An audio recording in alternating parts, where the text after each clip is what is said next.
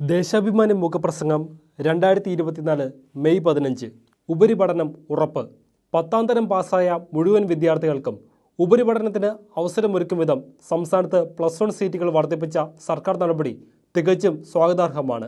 അഭിരുചിക്കനുസരിച്ച് വിഷയങ്ങൾ തിരഞ്ഞെടുത്ത് ഭാവിയുടെ അടത്തരമാകാൻ ഹൈസ്കൂൾ വിദ്യാഭ്യാസം പൂർത്തിയാക്കിയ എല്ലാവർക്കും ഇതോടെ സാധ്യമാകും. 73,724 സീറ്റ് വർദ്ധിപ്പിക്കുക വഴി 5,37,680 സീറ്റ് 10ാം ക്ലാസ് പാസ്സായവർക്കുള്ള ഉപരിപഠനത്തിനായി തയ്യാറായിരിക്കുന്നു. ഹയർ സെക്കൻഡറിയിൽ 4,33,231 സീറ്റും വൊക്കേഷണൽ ഹയർ സെക്കൻഡറിയിൽ 33,030 സീറ്റും നിലവിലുണ്ട്. ITIയിലെ 61,429 പോളിടെക്നിക്കിലെ 9,990 ചേരുമ്പോൾ 5,37,680 സീറ്റായി. സംസ്ഥാനത്ത് സ്റ്റേറ്റ് സിലബസിൽ SSLC പരീക്ഷ ജയിച്ച 4,25,563 പേരും CBSE സിലബസിൽ വിജയിച്ച 60,272 പേരും ICSE സിലബസിൽ വിജയിച്ച 7,185 പേരും ചേർത്ത് 4,93,020 പേരാണ് ഉപരിപഠനത്തിന് യോഗ്യത നേടിയിരിക്കുന്നത്. ഇവർക്കായി നിലവിലുള്ളതോ മേൽപ്പറഞ്ഞ 5,37,680 സീറ്റ്. ഓരോ പ്രദേശത്തിൻ്റെയും ആവശ്യകതയ്ക്കനുസരിച്ച് സീറ്റ് വർദ്ധിപ്പിച്ചിട്ടുള്ളതിനാൽ ചില പ്രദേശങ്ങളിൽ സീറ്റ് ഒഴിഞ്ഞു കിടക്കുമ്പോൾ മറ്റ് ചിലയിടങ്ങളിൽ സീറ്റ് ലഭിക്കാതെ വരുന്ന സാഹചര്യവും ഒഴിവാകുന്നു.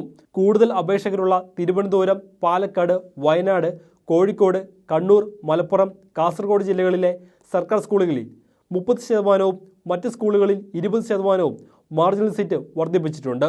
കൊല്ലം, തൃശൂർ, എറണാകുളം ജില്ലകളിലെയും അമ്പലപ്പുഴ, ചേർത്തല താലൂക്കുകളിലെയും സർക്കാർ എയ്ഡഡ് ഹയർ സെക്കൻഡറി സ്കൂളുകളിൽ 20% മാർജിനൽ സീറ്റ് കൂടി വർദ്ധിപ്പിച്ചതോടെ പ്രാദേശികമായ അസന്തുലിതാവസ്ഥയും ഏറെക്കുറെ പരിഹരിക്കപ്പെട്ടു.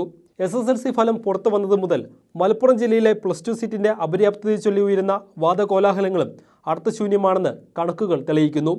79,730 വിദ്യാർത്ഥികൾ ഉപരിപഠനത്തിന് യോഗ്യത നേടിയ മലപ്പുറം ജില്ലയിൽ 70,976 ഹയർ സെക്കൻഡറി സീറ്റും VHSE, ITI, പോളിടെക്നിക് സ്ഥാപനങ്ങളിലെ 9,214 സീറ്റും ചേർത്ത് 80,190 സീറ്റ് ലഭ്യമാണ്.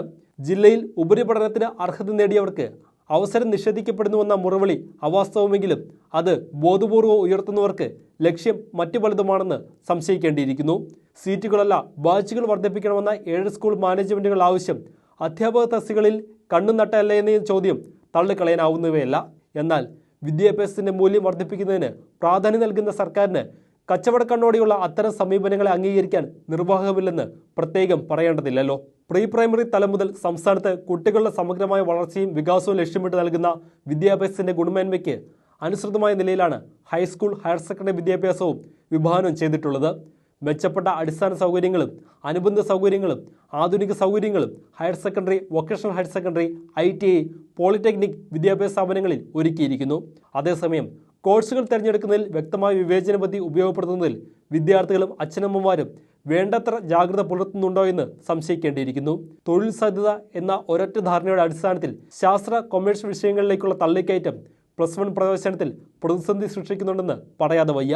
മാനവിക വിഷയങ്ങൾ 3ാം തരമാണെന്ന മിഥ്യാബോധം സൃഷ്ടിക്കാൻ ബോധപൂർവം തന്നെ ശ്രമങ്ങൾ നടക്കുന്നു.